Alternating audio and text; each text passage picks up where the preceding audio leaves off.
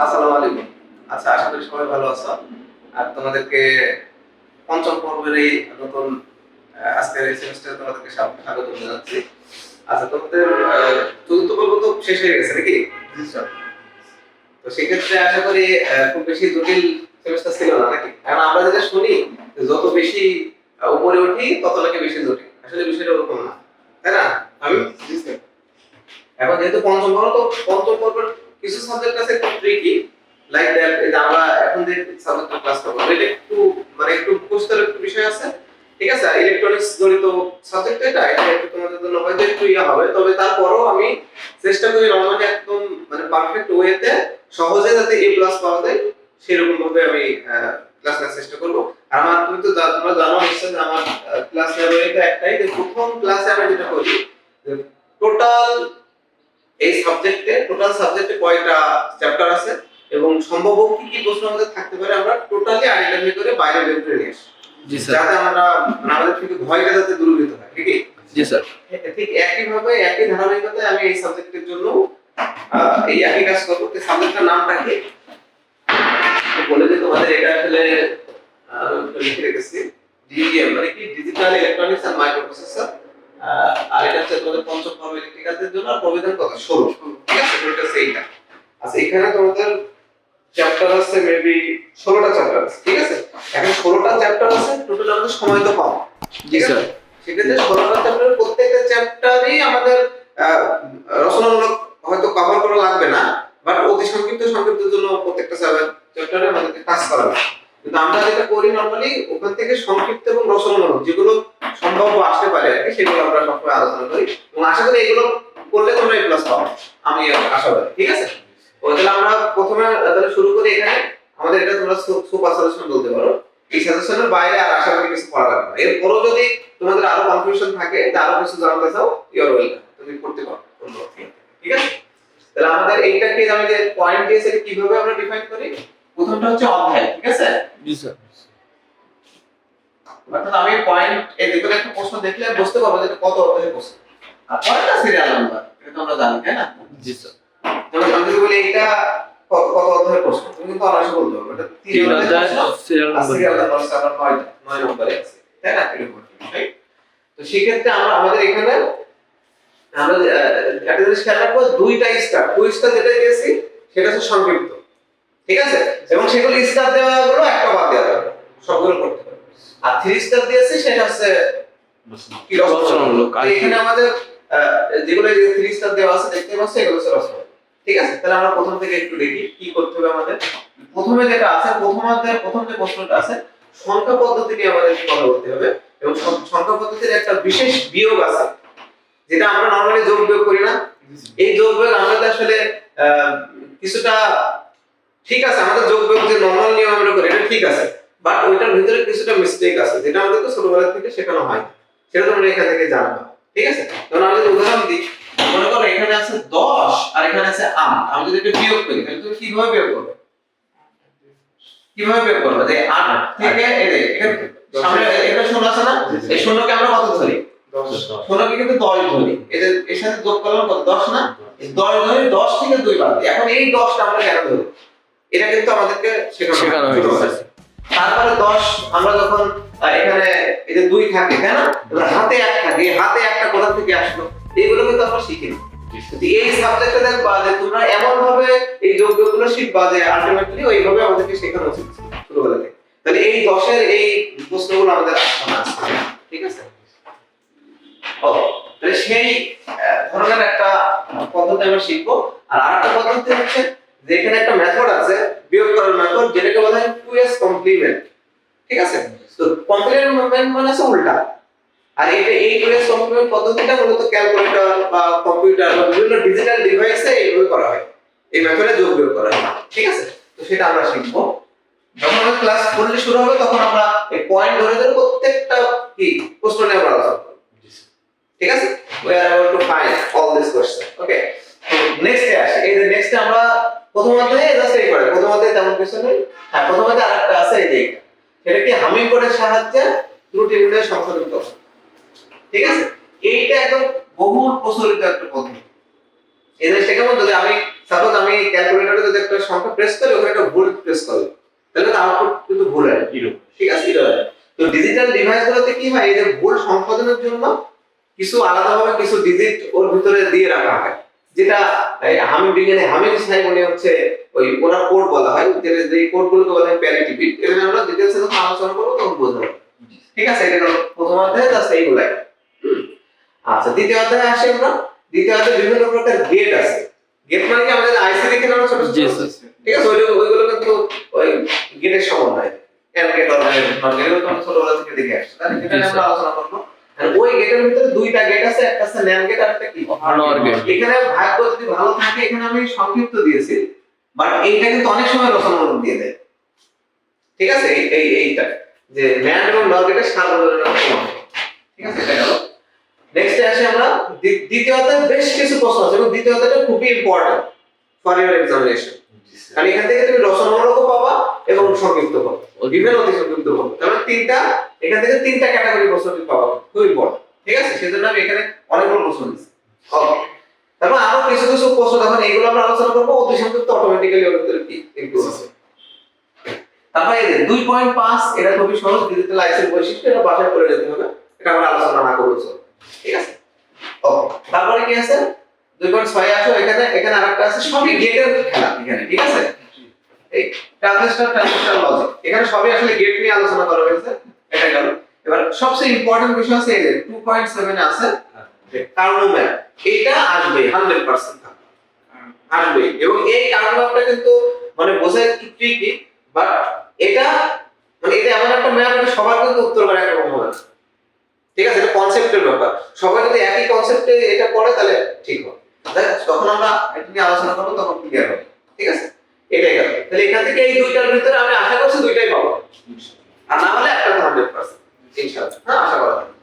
তারপরে চলে আসো, এবং আমি আবার বলছি, আমি কিন্তু যে কোর্সগুলো কিন্তু অনেকেই আমার ইউটিউব ভিউয়ার যারা আছে, অনেকে মনে করতে পারবে যে এগুলো বাদেও তো অনেক কোশ্চেন আছে, কিন্তু আমি বারবার বলছি you are welcome to complete those question. যদি তুমি চাও তাহলে ওগুলো তুমি করতে পারো, কোনো সমস্যা নেই, বাট এটা বলা যাবে না যে এর বাইরে কিছু নাই, অনেক কিছু আছে, বাট আমি খুবই ইম্পর্টেন্ট গুলো এখানে দিয়েছি, যেগুলো ডিপ্লোমাতে আসে আলটিমেটলি।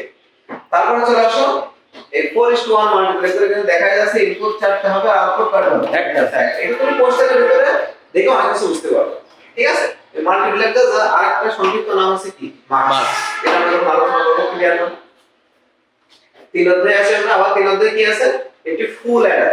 এখানে ফুল অ্যাডার বুঝতে হলে আমাদেরকে হাফ অ্যাডারটা বুঝতে হবে, যদি হাফ অ্যাডারটা তেমন আসে না, কিন্তু সংক্ষিপ্তটা আসতেও পারে, তো এইটা বুঝতে গেলে আমাদের ওইটা অটোমেটিক বুঝে আসা লাগবে, এজন্য এটা আমরা করে ফেলবো অটোমেটিক। এইটা বলে তুমি ওইটা পারবে, এজন্য ওইটা আমি আলাদাভাবে দিই, ঠিক আছে। এবার এই যে চতুর্থ অধ্যায় ইম্পর্টেন্ট, খুব ইম্পর্টেন্ট, আমাদের ইম্পর্টেন্ট অধ্যায় গেলে যে দুই অধ্যায় এটা ইম্পর্টেন্ট, ঠিক আছে। আর এই চতুর্থ অধ্যায় এখানে আসবেই 100%, এই তিনটা, ঠিক আছে। এই তাহলে এখানে কি আছে, যে এই যে আরএস ফ্লিপ ফ্লপ, এটাকে আমরা বলি রিসেট সেট, এটা অতটা ইম্পর্টেন্ট না, বাট এইটা একটা বেস, এইটা বললে বাকিগুলো বোঝা যাবে, ঠিক আছে। এটা একটা ব্যাপার, আর এটা আমরা পড়ার সময় বুঝতে পারবো সেটা। এবং পরে আসলে এইটা খুবই ইম্পর্টেন্ট একটা question, this is very important to farming examination. সেটা কি, এটা জেকে ফ্লিপ ফ্লপ, এটা বলা এটা কিন্তু দুই বন্ধু আর কি, জ্যাক কিবলি, ঠিক আছে, দুইজনের নাম অনুসারে আর কি। তো এটা জেকে ফ্লিপ ফ্লপের একটা সার্কিট, সেটা আমরা আলোচনা করব। ওই একই রকম ওই যে ডাবল জেকে মিলে হবে JK master slave, this is very important for your examination. এই দুইটার ভিতরে তুমি কি একটা অবশ্যই আশা করতে পারো, ঠিক আছে।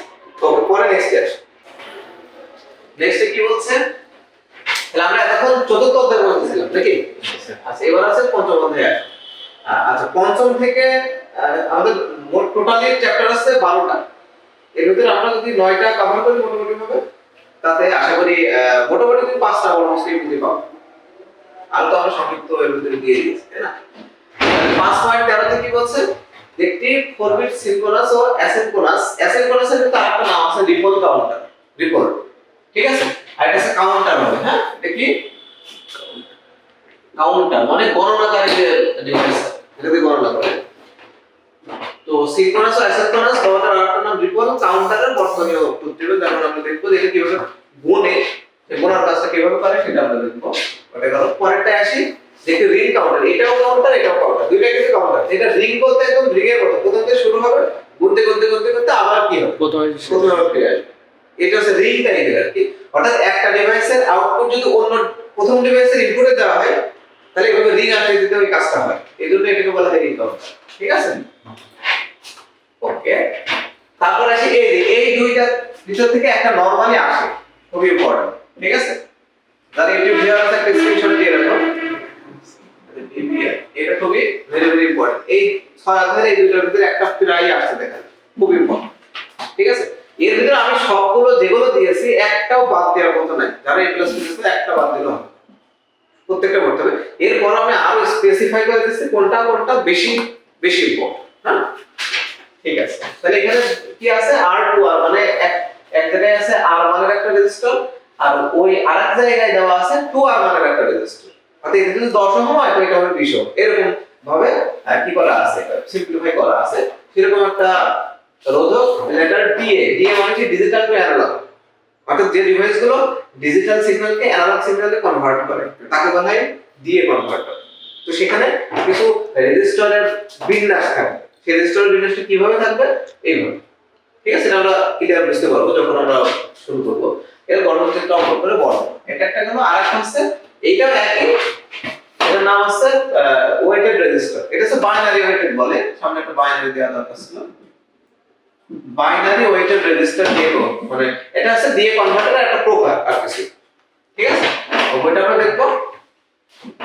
তারপর আছে এর কিন্তু আরেকটা নাম আছে, এরকম তুমি বলতে পারো ডিএসি। ডিএসি মানে কি, ডিএসি মানে ডিজিটাল টু অ্যানালগ কনভার্টার একবার। এটা ঠিক আছে, এইভাবে থাকতে পারে, এইভাবে থাকতে পারে, ড্যাক। হ্যাঁ, এইভাবে থাকলে তো অসুবিধা না, সেটা করো। ওকে, আরেকটা আছে আমরা পড়লাম তখন ডিএ কনভার্টার, মানে ডিজিটাল থেকে কি অ্যানালগে যাওয়া যে ডিভাইস। আর এবারটা হচ্ছে এটা কি অ্যানালগ টু ডিজিটাল কনভার্টার, এইটুকু মনে রাখলে হবে। আর এর ভিতরে যে অনেকগুলো জটিল বিষয়, ঠিক আছে, সাকসেসিভ অ্যাপ্রক্সিমেশন, ঠিক আছে, মানে এটা জটিল বানানো কি। তো যাই হোক, এটা মনে রাখতে হবে যে এটা একটা ডিভাইস যেটা অ্যানালগ সিগন্যালকে কি করে, ডিজিটাল সিগন্যাল। ঠিক আছে, এটা গেল। এবার নেক্সটে আসি আমরা র‍্যাম এবং রম। এখান থেকে আসলে অ্যাকচুয়ালি আমি রচনামূলক দেখাতে পাইনি, এর থেকে বেশিরভাগই সংক্ষিপ্ত আসে। ঠিক আছে, তো রচনামূলক আকারে আমরা দিতে পারি। তো অষ্টম অধ্যায়ে দেখতে পাচ্ছি র‍্যাম মানে কি, র‍্যান্ডম অ্যাক্সেস মেমরি, এগুলো তো পারার কথা সব জিনিস। আর আরেকটা আছে রম, RM, এটা মানে কি, random operator, read only memory. This is the permanent memory and this is কি non permanent, কি temporal memory. হ্যাঁ, এটা হলো স্থায়ী মেমরি, রিড অনলি মেমরি, আর এটা হচ্ছে র‍্যান্ডম অ্যাক্সেস মেমরি, মানে অস্থায়ী মেমরি। হ্যাঁ, তো এইটা হচ্ছে এর কিভাবে ও রিড করে একটা তথ্য আর কিভাবে রাইট করে একটা তথ্য, সেটার একটা অপারেশন। আসলে এটা হচ্ছে একদম ডিজিটাল ডিভাইসের, মানে তোমার কম্পিউটার কিভাবে কাজ করে, ঠিক আছে, সেটা আমাদের এখন বুঝতে হবে। তো ওরা কিভাবে কাজ করে অ্যাকচুয়ালি ওইটা বুঝতে গেলে আমাদের একটু বেগ পেতেই হবে স্বাভাবিক। ঠিক আছে, যদি ওরা খুব দ্রুত কাজ করে, কিন্তু ওর প্রসেসটা কি, যদি আমরা স্লো মোশনে দেখি না মাঝে মাঝে, তো এটা স্লো মোশনে কিভাবে আসলে কাজ করে সেইগুলো। হ্যাঁ, এরকম ব্যাপার। আর এখান থেকে এই দুইটা থেকে 9 অধ্যায়ের এই দুইটা থেকে প্রায় একটা আসে, দেখা যায় সবচেয়ে বেশি ইম্পর্টেন্ট আছে এইটা। আর এটা হচ্ছে এটা একটা প্রসেসর, আমরা প্রসেসর দেখেছি না, ঠিক আছে, তো এর প্রসেসর কোড নাম্বার 8085 মাইক্রোপ্রসেসর, এটা হচ্ছে মিউ মাইক্রোপ্রসেসরের পিন ডায়াগ্রাম অঙ্কন করে। এটা সংক্ষিপ্ত কিছু বর্ণনা আছে, ঠিক আছে, আমি একটু দেখে নিলাম, তোমরা একটু মুখস্থ করে রাখো। এটা এই পিন ডায়াগ্রাম আছে, এখানে 40টা পিন আছে, 40টা পিন মুখস্থ রাখতে হবে। ঠিক আছে, আমি সিস্টেমটা বলে দেব, সহজ হবে, কঠিন হবে না।